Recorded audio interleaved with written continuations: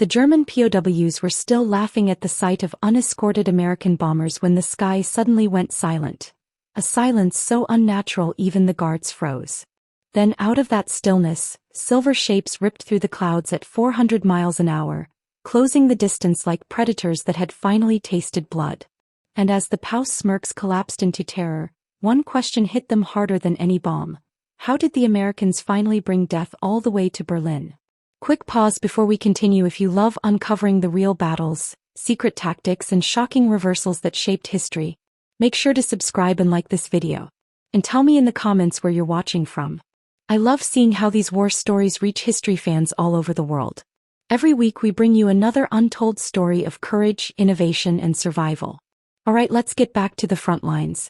POW Camp Alva, Oklahoma. October 1943.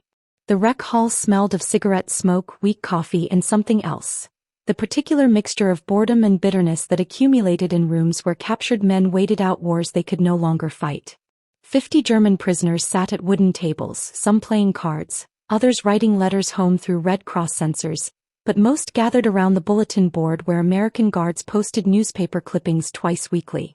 Hans Muller reached the board first, scanning the headlines with the practiced eye of someone who understood what the words really meant.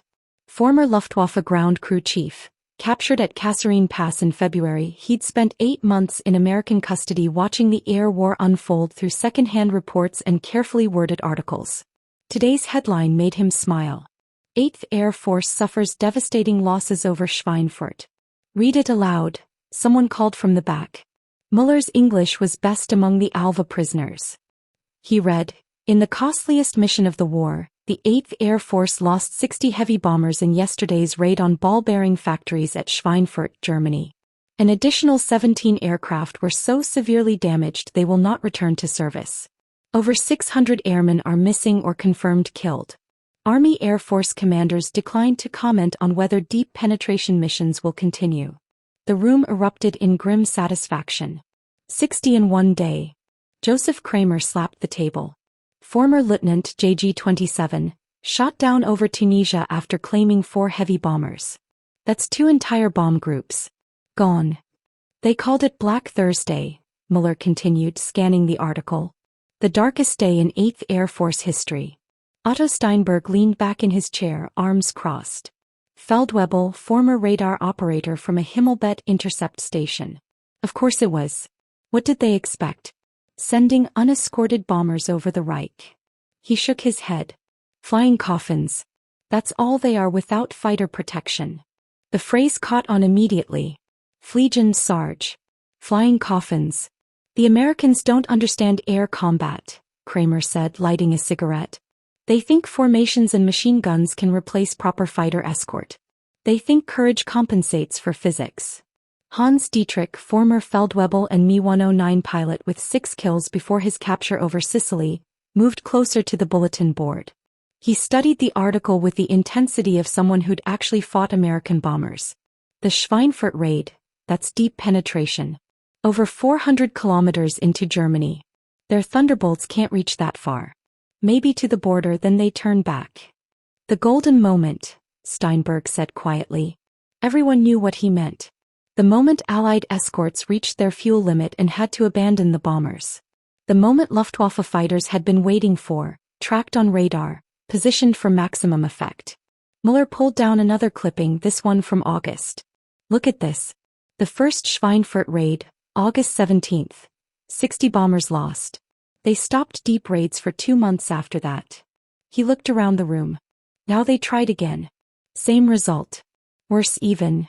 Because the mathematics haven't changed, Dietrich said. He stood and moved to the board, gesturing like he was briefing a flight. AB-17 combat box, 18 to 21 aircraft. Each one has 13 machine guns. Looks impressive on paper. Overlapping fields of fire. Mutual support. But we found the weaknesses, Kramer interjected. Head-on attacks from 12 o'clock high. The nose guns can't track fast enough. Dive through at 400 miles per hour, fire a 2-second burst, break away before the top turret responds. Or the company front attack, added Werner Koch, former ground crew like Muller. 8 FW-190s approaching line abreast. The gunners have to choose targets. They panic. Fire at nothing. The entire formation saturates their defensive fire. Dietrich nodded. I flew against B-17s in June before I was shot down. 3 sorties in one day against the same raid. Attack, land, refuel, attack again. The bombers were still over Germany, still fighting, still bleeding aircraft. We could hit them repeatedly while they had nowhere to run. The POWs fell silent, remembering. Some with pride at German tactical superiority. Others with the darker knowledge of what those tactics meant. Men burning in falling bombers, parachutes that never opened, the mathematics of destruction applied with industrial efficiency. Steinberg broke the silence. The Americans keep trying the same strategy. They think if they send enough bombers, accept enough losses, they can still destroy our industry. But they're losing aircraft faster than they can replace crews. The mathematics don't work. Muller returned to the bulletin board, scanning other articles. The American newspapers were surprisingly candid about losses, probably because they couldn't hide the casualty lists from families. He found another piece dated 3 weeks earlier. Listen to this. It's from an interview with an American bomber pilot, anonymous. We know the fighters will come. We know the escorts have to turn back. We watch them go and then we're alone over Germany. You try not to think about what happens next. They know, Kramer said softly. The crews know they're being sent to die. But they keep flying, Koch observed. Why? American production can replace the aircraft, but can they replace the men? How long can they sustain 10% losses per mission? Dietrich stared at the newspaper clipping, his expression thoughtful. They're brave. Foolish but brave. Flying those missions knowing the odds. But bravery doesn't change fuel capacity. It doesn't change the fact that their Thunderbolts hit maximum range at the German border and have to turn back. Exactly, Muller agreed. And until they solve that problem, which they can't, physics is physics, the Luftwaffe will keep shooting them down. He pinned the Schweinfurt article back on the board, the headline visible to everyone in the wreck hull. 60 bombers lost. 600 men. One day. Around the room, German POWs returned to their card games and letters. Their confidence reinforced. They were captured, yes. The war might not be going well in other theaters. But in the skies over Germany, the Luftwaffe still ruled. American bombers still died in droves. The golden moment still came every mission, when escorts turned back and the hunters descended. Hans Muller sat down at his table and pulled out writing paper. He would tell his wife about the American losses, carefully worded to pass censors. He would reassure her that Germany still controlled the air, that American strategic bombing was failing, that the tide would turn. What he didn't know, what none of them knew, was that at that very moment in England, the first P-51B Mustangs were arriving at airfields in Essex. Within weeks, every assumption in that Oklahoma rec hall would shatter. The POWs who laughed at American losses would soon read headlines that silenced their mockery. The flying coffins were about to get an escort. All the way to Berlin. POW Camp Alva, Oklahoma. November 1943. The education sessions began informally over cigarettes and coffee in the rec hall.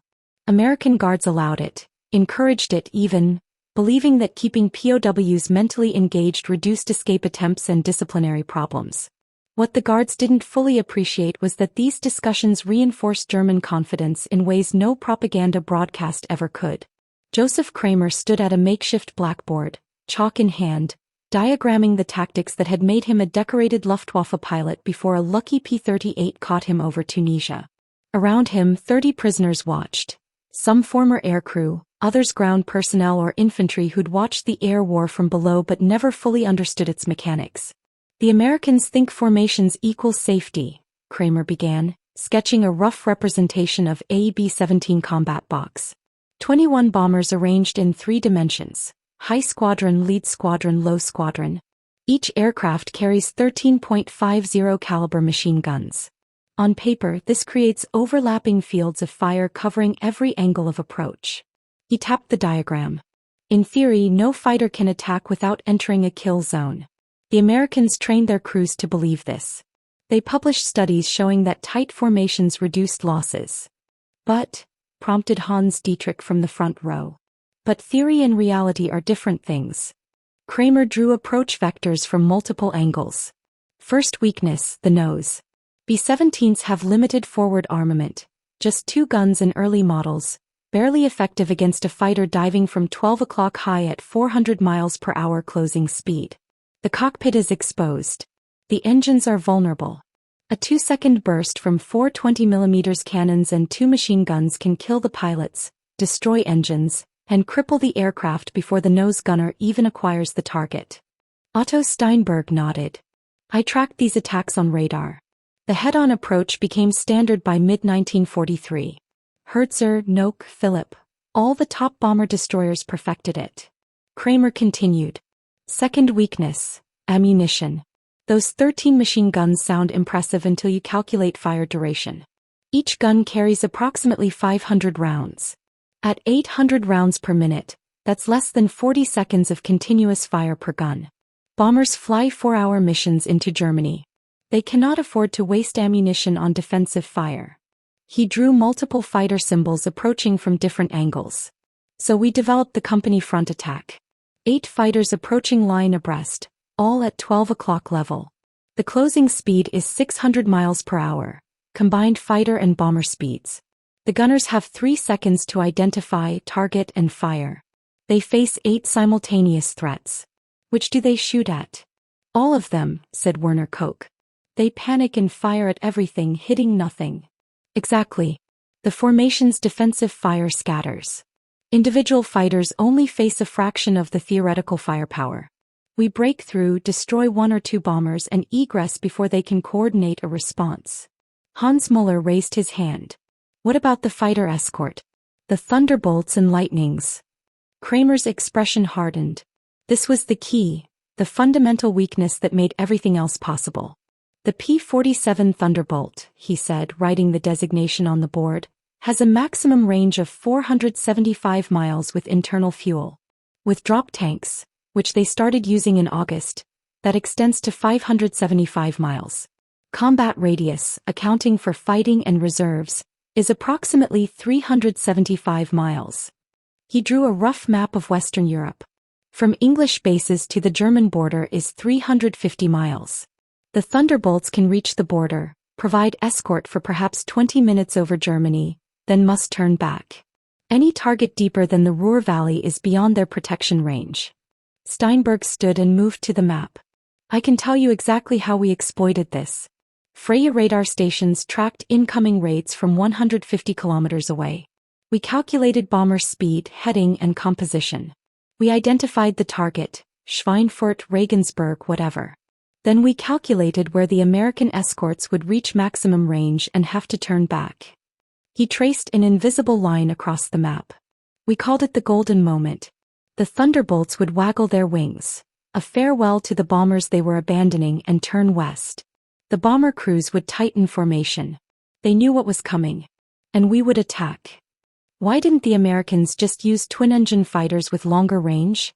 Asked a young Gefreiter from the back. They tried, Kramer answered. The P-38 Lightning has better range than the Thunderbolt, about 450 miles combat radius. But it suffered catastrophic problems in European conditions.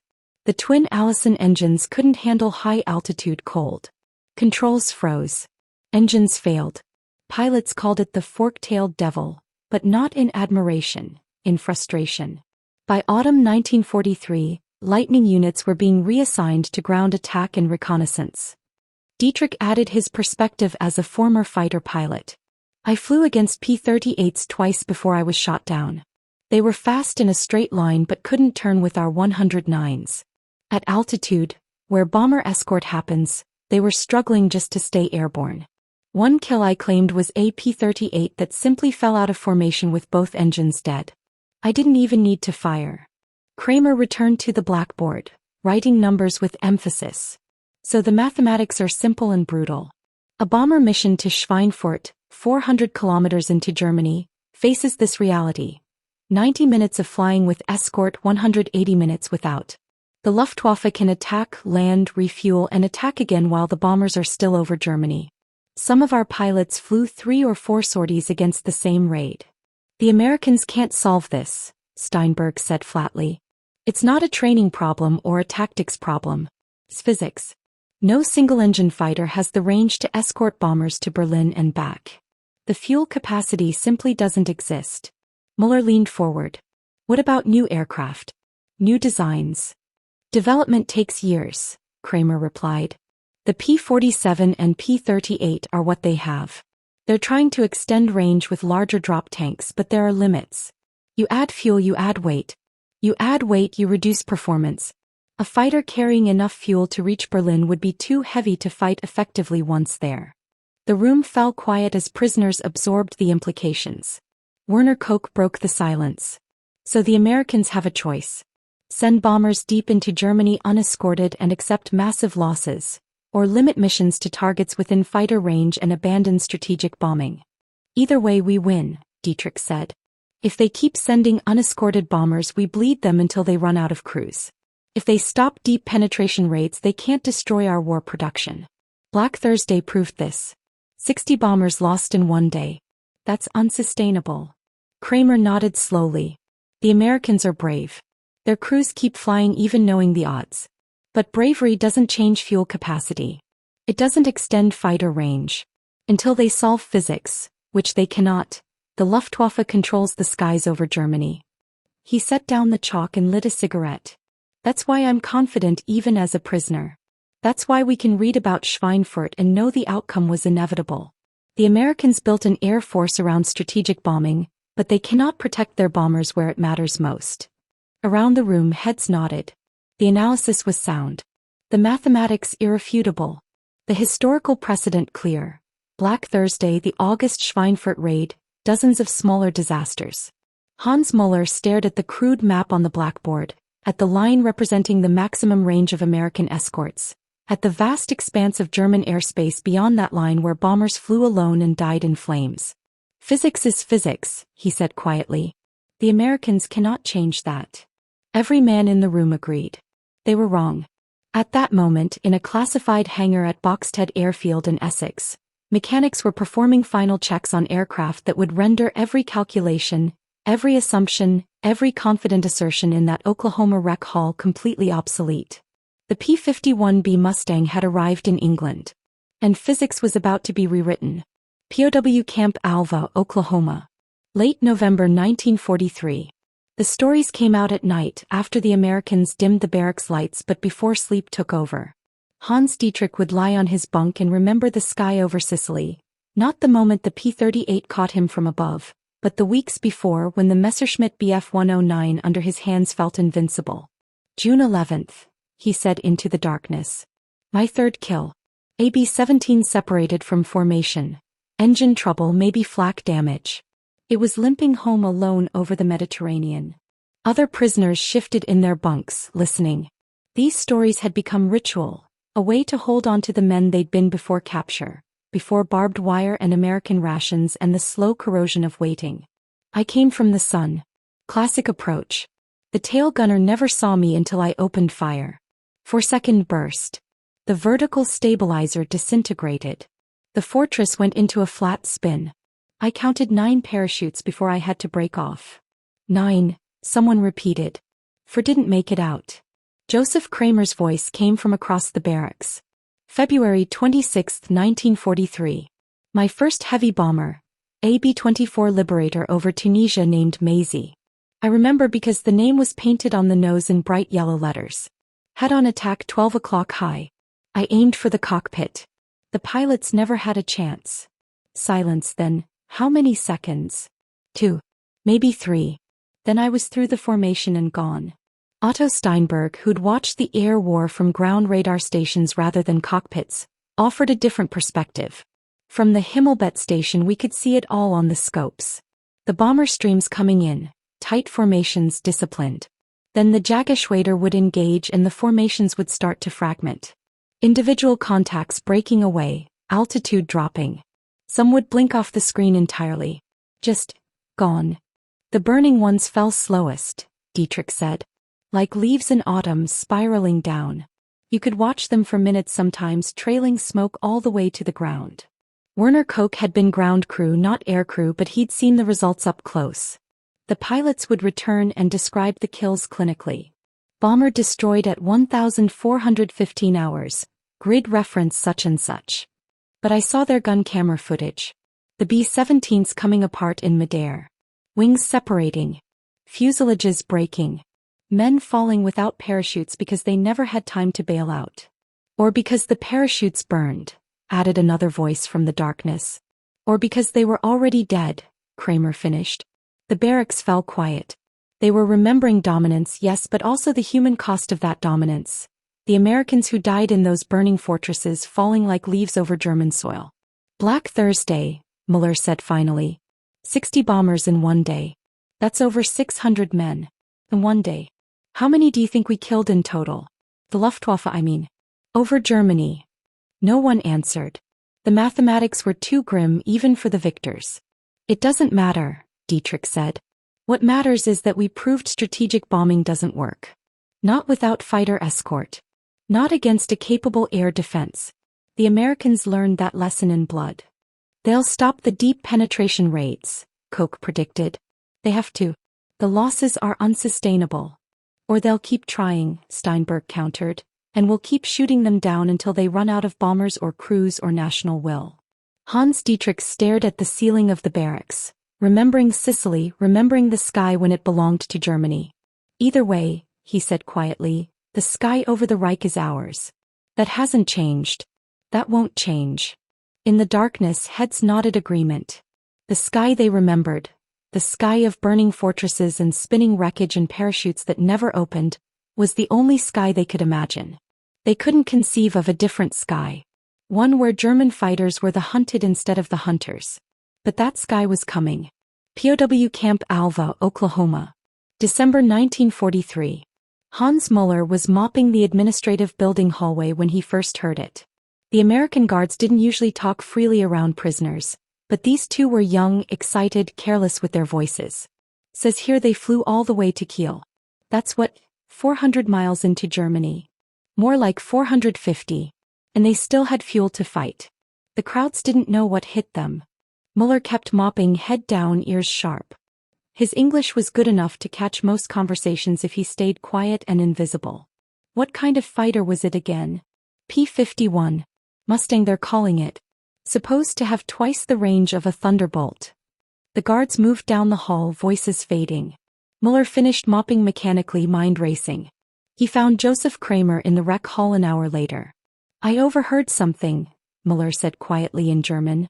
The Americans are talking about a new fighter. They claim it escorted bombers to Kiel. Kramer looked up from his chess game. Kiel? That's impossible. No single-engine fighter has that range. That's what they said. Called it a Mustang. Mustang? Kramer frowned. I've heard of that. The British used them for low-altitude reconnaissance. They were adequate at ground level but useless above 15,000 feet. Not suitable for bomber escort at all. Otto Steinberg joined them, catching the tail end of the conversation. You're talking about the Allison engine variant. Completely different aircraft than what the British are using now. The new ones have Merlin engines. Still, Kramer insisted, the physics don't change. A single-engine fighter with the fuel capacity to reach Kiel and return? While carrying ammunition and reserves for combat. The weight alone would make it unmaneuverable. That evening, more prisoners gathered as word spread. Hans Dietrich was particularly dismissive. American propaganda, he declared. They need to boost morale after Black Thursday. So they invent stories about wonder weapons. A fighter that can escort bombers deep into Germany? Impossible. I flew fighters. I know the fuel consumption rates, the weight penalties of external tanks, the performance degradation at combat load. The P-47 already carries drop tanks, Werner Koch pointed out. And it still can't reach beyond the German border, Dietrich countered. Drop tanks help but they're limited. You need fuel for the flight out, fuel for combat and fuel for the return. The mathematics don't work for deep penetration. They never will. Over the next week the rumors persisted. Guards mentioned escort missions to Bremen, to Münster.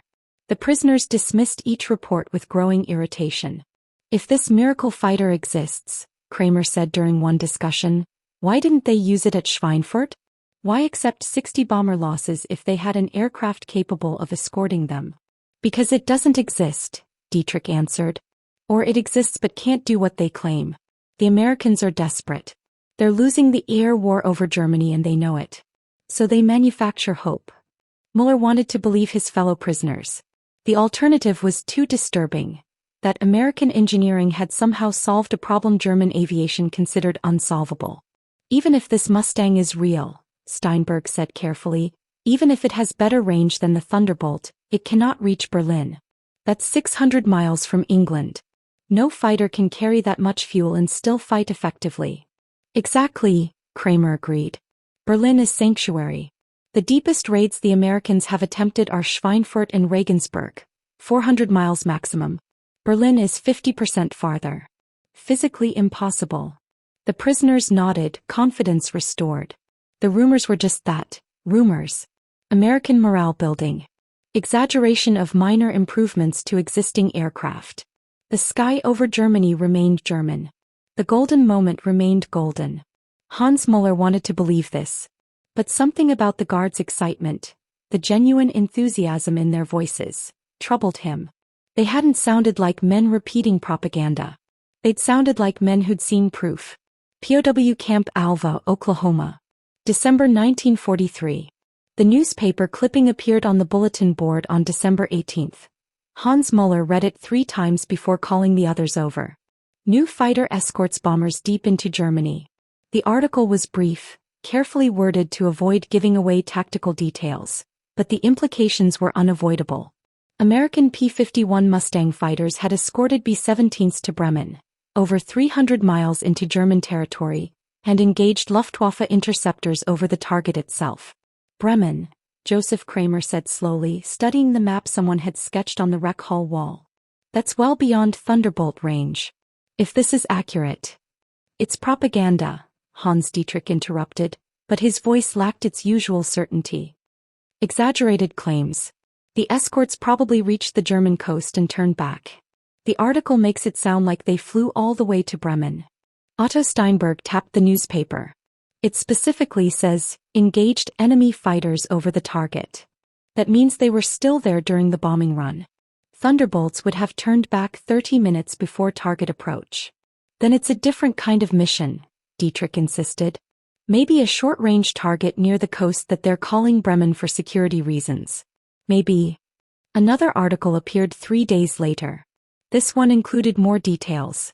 P-51 Mustangs from the 354th Fighter Group had escorted bombers to Kiel on December 13th. The fighters had engaged Me-109s and FW-190s, claiming multiple kills, and had stayed with the bombers throughout the return flight. Werner Koch measured the distance on their crude map. Kiel is 450 miles from England. That's Thunderbolt maximum range, not combat radius. These Mustangs flew there, fought and came back. The rec hall fell quiet. The prisoners exchanged glances, confusion mixing with the first traces of unease. How? Kramer asked. Even with drop tanks, the fuel capacity required to fly 900 miles round-trip plus combat reserves. The aircraft would be too heavy to fight effectively. A third article arrived after Christmas. This one included a quote from an American bomber pilot. For the first time we had little friends all the way to the target and all the way home. The Jerrys didn't know what to do. They kept looking for the escorts to turn back and we just kept coming. Muller read the quote aloud in German, then again in English to make sure he'd translated correctly. Why are the escorts still there? He said, voicing the question that hung over the entire room.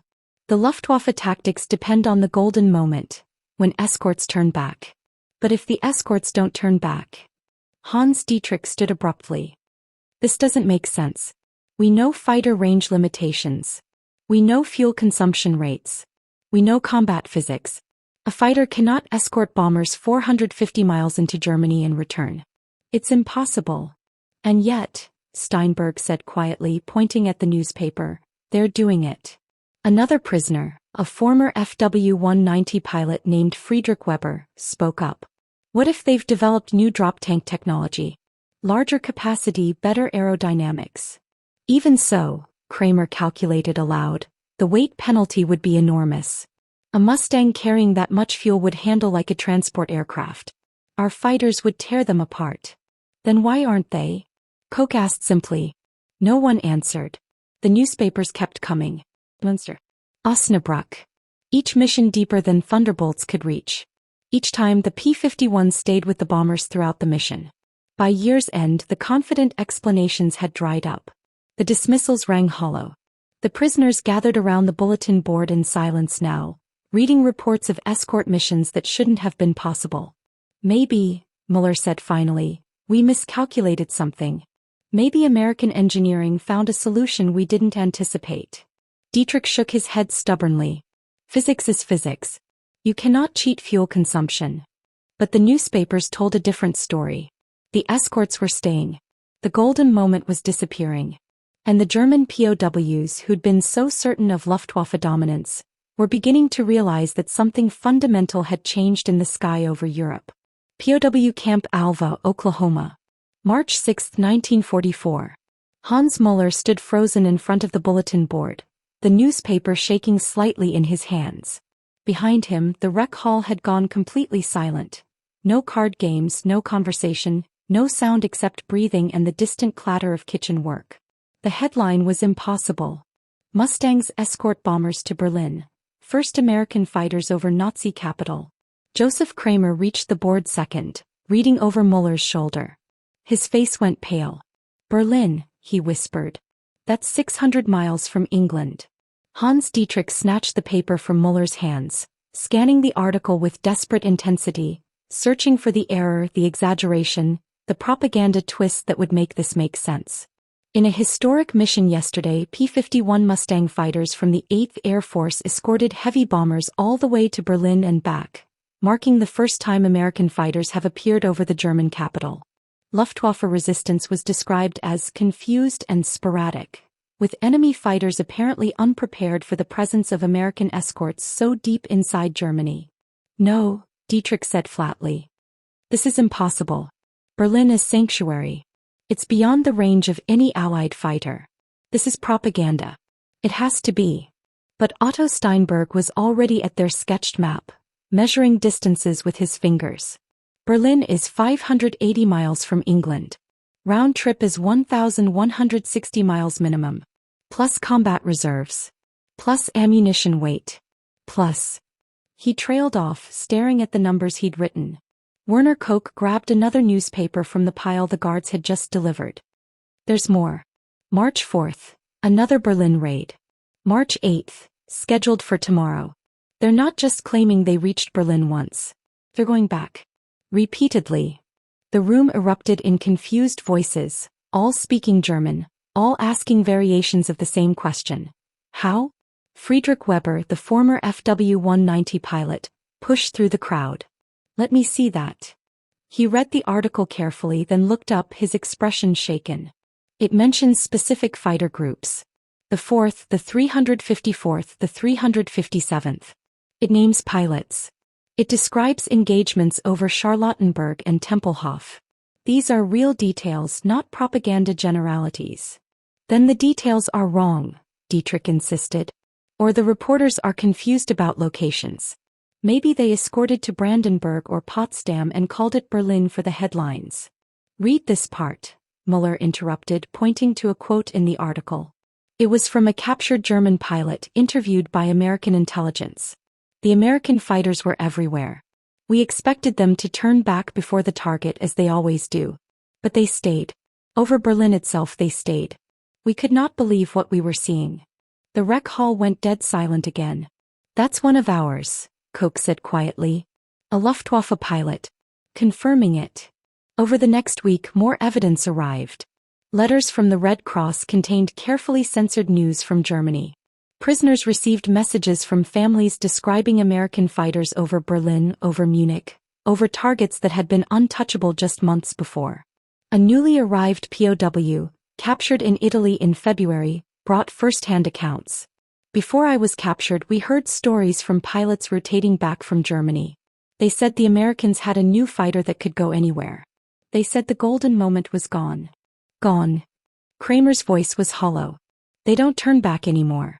The Mustangs stay with the bombers from England to target and back. Our fighters have to engage with American escorts present the entire time. The tactics we developed, waiting for the escorts to leave, don't work anymore. Hans Dietrich sat down heavily, still clutching the newspaper. 600 miles. Berlin. The capital of the Reich, the deepest target imaginable, the one place that was supposed to be beyond American reach.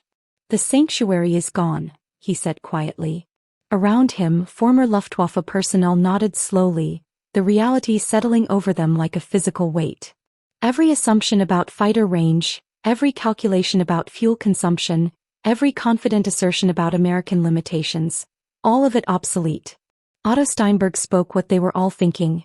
If they can reach Berlin, they can reach anywhere in Germany. There is no safe distance anymore. No golden moment. The entire tactical doctrine we built, it's worthless. Allied air superiority was absolute. Luftwaffe opposition consisted of two German fighter aircraft observed over the invasion beaches during daylight hours. Muller stopped reading. The silence was complete. 2, Joseph Kramer whispered. 2 fighters. Over the largest invasion in history. Hans Dietrich grabbed the newspaper, scanning frantically for the error, the misprint, the clarification that would make the number make sense. This can't be right. Normandy is 200 kilometers from Luftwaffe bases. We had hundreds of fighters in France. Hundreds. Had, Otto Steinberg said quietly. Past tense. Friedrich Weber's voice was hollow. I fought in France before my capture. We had 3 full Jägerschwader within range of Normandy. Over 300 aircraft. And they sent 2. Werner Koch had the explanation, bitter as poison. No fuel. The wheel plants, remember? They can't fly what they can't fuel. The aircraft are there, grounded, while 150,000 Allied soldiers land unopposed from the air. Another prisoner, a former Wehrmacht infantryman, spoke up. My brother's unit is in France. His last letter, before the censors would have stopped it, mentions seeing Allied fighters everywhere. He wrote, the sky belongs to them now. We only move at night. The POWs stared at the newspaper. 2 fighters. Against 5,000 ships and countless aircraft. The Luftwaffe, which had terrorized Europe in 1940, which had seemed invincible just 18 months ago, had effectively ceased to exist as a fighting force. The Americans did this, Kramer said. Not angry. Just stating fact. The Mustangs. Escorting bombers to the oil plants, hunting our fighters, making it impossible to train replacements or conserve fuel for critical operations. Muller folded the newspaper carefully. We mocked their unescorted bombers. We called them flying coffins. And they fixed the problem, Steinberg finished. They adapted. They engineered a solution. And we. He gestured at the paper at the number 2 at the death certificate of the Luftwaffe printed in black and white. Hans Dietrich sat down heavily. 4 months he'd clung to German superiority, to tactical excellence, to the belief that Allied success was temporary. The invasion proved otherwise. 2 fighters over Normandy. The war in the air was over. Germany had lost. POW Camp Alva, Oklahoma. Summer 1944. The Red Cross letters came in bunches, heavily censored, weeks or months delayed. But they came. Hans Muller received one from his wife in July, written in May, portions blacked out by German military censors who'd reviewed it before allowing it to leave the country. He read it 3 times before sharing it with the others. The raids come almost daily now. We hear the bombers, but we also hear the fighters, ours and theirs. The American ones stay the entire time. Censored, says his unit barely flies anymore. Censored. The sky is full of them, Hans. Everywhere we look. Joseph Kramer received a letter from his younger brother, a recently qualified fighter pilot. The censors had been thorough, but the message came through in what wasn't said. I have completed training but, censored. Many of my classmates, censored. We wait for censored. The fuel situation, censored. I think of you often and hope America is treating you well. He's grounded, Kramer said flatly. Qualified but not flying. No fuel for new pilots. Otto Steinberg's letter from his sister was more explicit, perhaps because she didn't understand military security. Cousin Wilhelm came home on leave last month. He won't talk about his squadron, but Mother heard him crying at night. He goes back next week. He told Father he doesn't think he'll survive another month. The American fighters are everywhere, he said. Everywhere. Hans Dietrich's letter contained a single devastating sentence from his father, a retired Luftwaffe officer. Your old comrades from JG-27, censored. The young ones refuse, censored. I do not blame them. Werner Koch read it over Dietrich's shoulder. Refusing to fly. German pilots refusing orders. Can you blame them? Friedrich Weber held his own letter unopened. We would send them up in obsolete aircraft with minimal fuel, against Mustangs that have every advantage. It's not combat. It's execution. Around the rec hall, prisoners read similar stories. Families describing constant air raids. Brothers and sons in the Luftwaffe who came home changed, broken, or didn't come home at all. Cities where Allied fighters appeared daily unchallenged. A newly arrived POW, captured in France in July, confirmed everything. I saw pilots refuse missions. Entire squadrons grounded because commanders wouldn't send men to die pointlessly. The Americans own the sky. Anyone who flies is dead within weeks. Muller stared at his wife's letter. The sky is full of them. 6 months ago he'd mocked American bombers as flying coffins. He'd celebrated Luftwaffe dominance. He'd been confident that German air superiority was unshakable. The letters told a different story. The sky his wife saw, the sky over Germany, belonged to America now. The Mustangs were everywhere. And German pilots, the ones who'd once terrorized Allied bombers, were refusing to fly rather than face them. POW Camp Alva, Oklahoma. August 1944. Hans Muller sat alone in the rec hall, staring at the bulletin board where a year ago he'd read about Schweinfurt with satisfaction. Now the headlines told a different story. 8th Air Force flies 1,000 bomber raids, and Luftwaffe resistance minimal. Joseph Kramer found him there. You're thinking about what we said last October. Flying coffins, Muller replied quietly. We called them flying coffins. They were. Without escorts. So the Americans fixed the problem. Muller turned to face Kramer. We identified their weakness, lack of fighter range. We built tactics around exploiting it. We were winning. And instead of accepting defeat, they engineered a solution. Hans Dietrich joined them, his confidence from months earlier completely gone. I've been thinking about that. We had superior tactics, superior pilots, years of combat experience. We should have won the air war. But we didn't adapt, Otto Steinberg said, entering the conversation. When the Mustang appeared, what did we do? Made excuses. Called it impossible. Refused to believe American engineering could solve the range problem. Werner Koch nodded. While we denied reality, they were building more Mustangs, training more pilots, targeting our oil production. They identified our weaknesses, fuel dependency, pilot replacement rates, and exploited them systematically. Friedrich Weber spoke with the authority of a former combat pilot. The Americans learned from us. In 1943 they flew straight and level formations, predictable tactics, no fighter support. We slaughtered them. But they studied their failures. They adapted their doctrine. They built the aircraft they needed rather than the aircraft they had. And we? Kramer asked bitterly. We kept flying the same missions with dwindling fuel and decreasing numbers, expecting different results. Muller stood and walked to the bulletin board. He unpinned the October 1943 article about Schweinfurt, the one that had made them so confident. I was arrogant. We all were. We saw American losses and assumed they were incompetent. We never considered they might be learning. They were braver than we gave them credit for, Dietrich admitted. Flying those missions knowing they'd face fighters without escort. Accepting catastrophic losses while they developed a solution. That's not incompetence. That's determination. An American guard passed by, young, probably the same age as the German prisoners. Koch watched him go, then spoke quietly. We underestimated them completely. Not just their industry or engineering. Their willingness to adapt, to learn from failure, to solve problems instead of making excuses. Steinberg added, Germany's air doctrine was built on 1940 victories. 5 years later we were still fighting the same way. The Americans rebuilt their entire strategy in 18 months. The POWs sat in silence, confronting truths they'd avoided for months. They'd mocked America's weakness while missing America's strength. Not military power, but the capacity to recognize failure and change course. We should have respected them, Muller said finally. From the beginning. The others nodded. Respect earned through bitter recognition. The enemy they'd underestimated had outthought, outbuilt, and outfought them. Not through superior tactics or courage.